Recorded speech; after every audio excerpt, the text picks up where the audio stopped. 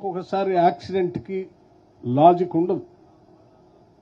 పొరపాటున ప్రమాదం జరిగితే కుటుంబాలు ఇబ్బంది పడకూడదనేటువంటి ఆలోచనతో దేశంలో ఎక్కడ లేనటువంటి విధంగా మొట్టమొదటిసారి విద్యుత్ శాఖలో పనిచేసేటువంటి సిబ్బంది మొత్తానికి కింది స్థాయి లైన్మెన్ దగ్గర నుంచి సిఎండి వరకు కూడా ఈరోజు ₹1,00,00,000 ఇన్సూరెన్స్ చేశాం. మీ అందరికి 1 crore ఇన్సూరెన్స్.